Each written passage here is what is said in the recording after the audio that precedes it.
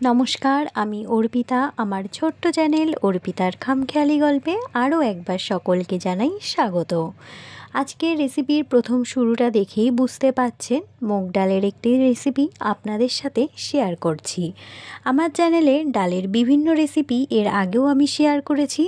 আজকে নতুনত্বভাবে আরেকটি ডালের রেসিপি আমি আপনাদের সাথে শেয়ার করছি।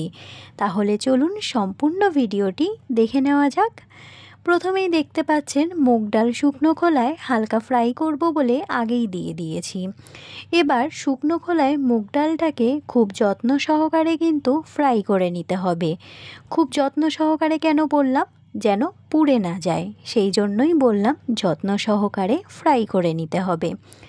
দেখতেই পাচ্ছেন হালকা হালকা করে কিন্তু মুগ ডালের কালারটা কিন্তু চেঞ্জ হচ্ছে আর খুব ভালো একটা স্মেল বেরোচ্ছে। মুগ ডাল সবাই জানেন যখনই শুকনো খোলায় এরকমভাবে ফ্রাই করা হয় খুব সুন্দর একটা গন্ধ বেরোয়, একটা আলাদাই ভালোবাসা থাকে মুগ ডালের ওপর। যাই হোক, দেখতেই পাচ্ছেন এখানে মুগ ডালটা শুকনো খোলায় কিন্তু আমার ভাজা হয়ে গেছে।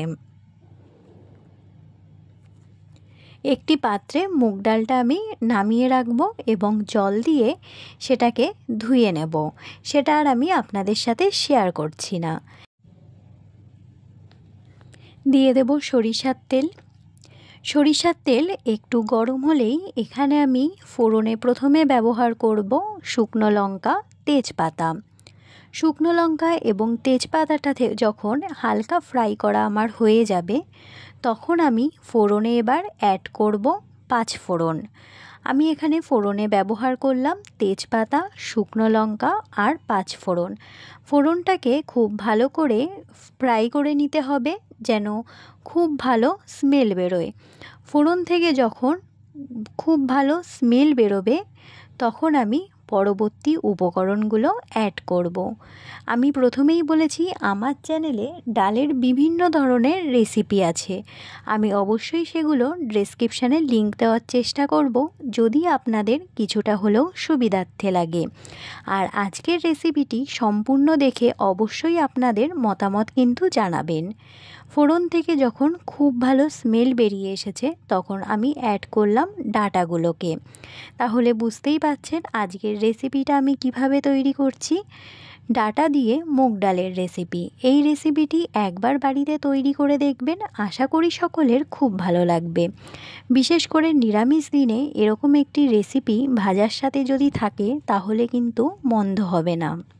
সম্পূর্ণ নিরামিষভাবেই এই ডালটি তৈরি করেছি। নিরামিষ দিনে চটজলদি আপনারা এই রেসিপিটি তৈরি করে নিতে পারবেন। ফোড়নের সাথে ডাঁটাটা দিয়ে খুব ভালো করে মিক্সড করে ফ্রাই করে নিতে হবে।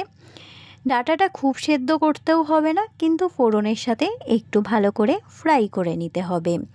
আমি কথা দিচ্ছি এই রেসিপিটি একবার আপনারা বাড়িতে তৈরি করে দেখবেন, আশা করি সকলের খুব ভালো লাগবে।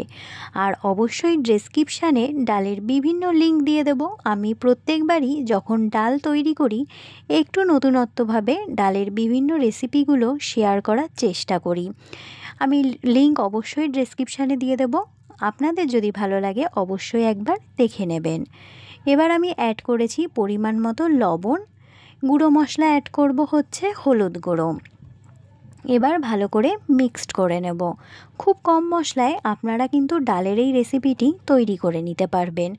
আর আমি যে কোনো রেসিপি তৈরি করার সময় একদম কম মশলা ব্যবহার করি। হাতের কাছে থাকা যেন উপকরণ দিয়ে আপনারা খুব সহজেই যে কোনো রেসিপি তৈরি করে নিতে পারেন। ডালের রেসিপি তৈরি করছি, খুব বেশি ঝাল হলে একদমই ভালো লাগবে না, সেই জন্য আমি অ্যাড করেছি 3টে কাঁচা লঙ্কা। আপনারা আপনাদের ঝালের পরিমাণ অনুযায়ী এখানে কাঁচা লঙ্কা ব্যবহার করবেন, কারণ আমার ব্যক্তিগতভাবে মনে হয় ডালের রেসিপি বেশি একটা ঝাল হলে ভালো লাগে না, কিন্তু অনেকেই ঝাল পছন্দ করেন, তারা তাদের সুবিধা মতো এখানে লঙ্কা অ্যাড করবেন। এবার অ্যাড করে দেব যে ভেজে রেখেছিলাম মুগ ডালটা, সেটা। মুগ ডাল দিয়ে ডাঁটাটাকে খুব ভালো করে মিক্সড করে নিতে হবে, নিয়ে কিছুক্ষণ ফ্রাই করতে দিতে হবে। এই পর্যায় পর্যন্ত যে সকল বন্ধুরা আমার ভিডিওটি কন্টিনিউ করছেন কিন্তু একটি লাইক দিতে ভুলে গেছেন, প্লিজ একটি লাইক দিয়ে ভিডিওটি কন্টিনিউ করবেন। আপনাদের একটি লাইক কিন্তু আমার কাছে অনেক গুরুত্বপূর্ণ। আর অবশ্যই ভিডিওটি সম্পূর্ণ দেখে আপনাদের মতামত জানাবেন আমার এই রেসিপিটি আপনাদের কেমন লাগলো, বা আমার যে কোনো ভিডিও আপনাদের কেমন লাগছে অবশ্যই কিন্তু কমেন্টের মাধ্যমে জানাবেন। আপনাদের কমেন্ট আমার কাছে কিন্তু অনেক গুরুত্বপূর্ণ। এই পর্যায়ে দেখতে পাচ্ছেন ডালের সাথে ডাঁটাটা হালকা ফ্রাই করে নেওয়ার পর পরিমাণ মতো জল অ্যাড করে নিয়েছি। ডালের গাঢ়ত্ব আপনারা যেমন রাখবেন সেই পরিমাণ জল অ্যাড করবেন।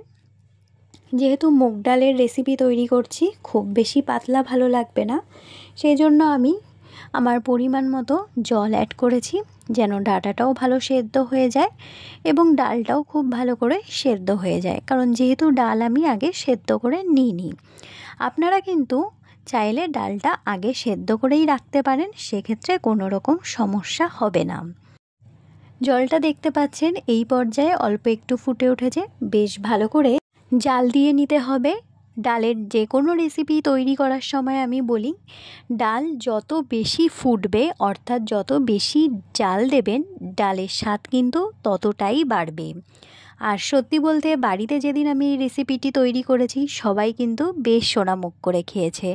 সেই জন্য আমি আপনাদের সকলকে বলছি নিরামিষ দিনে একবার এই রেসিপিটি তৈরি করে দেখবেন। আর এখন তো এরকম ডাটা বাজারে অ্যাভেলেবেল আছে, সেই জন্য আপনাদের কোনো রকম অসুবিধা হবে না। আর এখানে আরেকটা কথা বলে রাখি, ডাটাটা কিন্তু আমার বাজার থেকে কেনা নয়, আমার বাড়ির ডাটা, বাড়ির উঠোনের। সেই জন্য একটা আলাদাই স্বাদ লাগে, বুঝতেই পাচ্ছেন বাড়ির সবজি মানেই একটা আলাদা তার মধ্যে স্বাদই থাকে। যাই হোক, আজকে আপনাদের সামনে একটা সিম্পল রেসিপি তুলে ধরছি। কেমন লাগছে অবশ্যই কিন্তু কমেন্টের মাধ্যমে জানাবেন। এই পর্যায়ে দেখতে পাচ্ছেন ডালটা কিন্তু বেশ ভালো করে ফুটে উঠেছে। আবার ডালটা আমাকে অনেকক্ষণ ধরে জাল করতে হবে, কারণ হচ্ছে ডালটা আমি যেহেতু আগে সেদ্ধ করে নিইনি। অনেক কম মশলায় এভাবে আপনারা স্বাস্থ্যকর একটি ডালের রেসিপি তৈরি করে নিতে পারেন। আশা করি সকলের খুব ভালো লাগবে। আর আমার সকল দর্শক বন্ধুদের কাছে অনুরোধ, প্লিজ কেউ স্কিপ করে ভিডিওটি দেখবেন না, পুরো ভিডিওটি সকলের কাছে দেখার অনুরোধ রইল।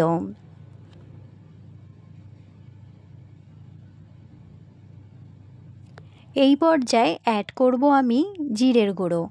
এখানে আরেকটা কথা বলে রাখি, আপনাদের হাতের কাছে যদি ভাজা মশলার গুঁড়ো বা শুকনো খোলায় ভেজে রাখা বাড়িতে যে করা জিরের গুঁড়ো থাকবে সেটাও আপনারা এখানে অ্যাড করতে পারেন, সেক্ষেত্রে স্মেলটা অনেকটাই ভালো আসবে। আমার বাড়িতে যেহেতু হাতে করা জিরের গুঁড়ো বা ভাজা মশলা ছিল না, সেই জন্য আমি বাজার থেকে কিনে রাখা জিরের গুঁড়োই অ্যাড করেছি। আপনারা খেয়াল রাখবেন যদি বাড়ির তৈরি জিরের গুঁড়ো বা ভাজা মশলা থাকে অ্যাড করবেন, সেক্ষেত্রে স্বাদটা কিন্তু অনেকটাই ভালো হবে। দেখতে পাচ্ছেন ডালটা আবার খুব ভালো করে আমি সেদ্ধ করে নিচ্ছি।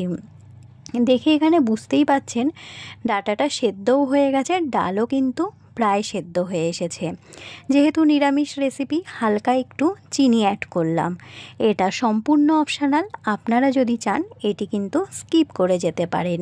কিন্তু নিরামিষ যেহেতু রেসিপি একটু চিনি দিলে কিন্তু স্বাদের ব্যালেন্সটা বেশ ভালো হয়, খেতেও কিন্তু অনেকটাই ভালো লাগে। এই পর্যায়ে আপনারা দেখতে পাচ্ছেন আমার ডাল কিন্তু প্রায় তৈরি হয়ে এসেছে। নামানোর আগে আমি এখানে অ্যাড করছি ঘি। প্রথমেই বলেছি ফোড়নের ক্ষেত্রে সরিষার তেল দিয়েছি, তখন ঘি অ্যাড করিনি। নামানোর আগে ঘিটা অ্যাড করে নিয়েছি।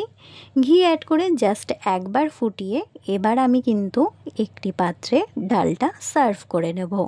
আমার ডালের রেসিপি তৈরি হয়ে গেছে। আমার আজকের এই সিম্পল ডালের রেসিপি আপনাদের কেমন লাগলো অবশ্যই কিন্তু কমেন্টের মাধ্যমে জানাবেন।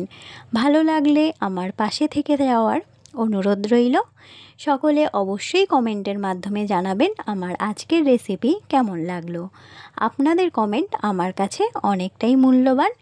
আজকে তাহলে এখান থেকেই বিদায় নিচ্ছি। অন্য কোনো দিন অন্য কোনো ভিডিওর সাথে দেখা হবে। সকলে ভালো থাকবেন, সুস্থ থাকবেন। নমস্কার।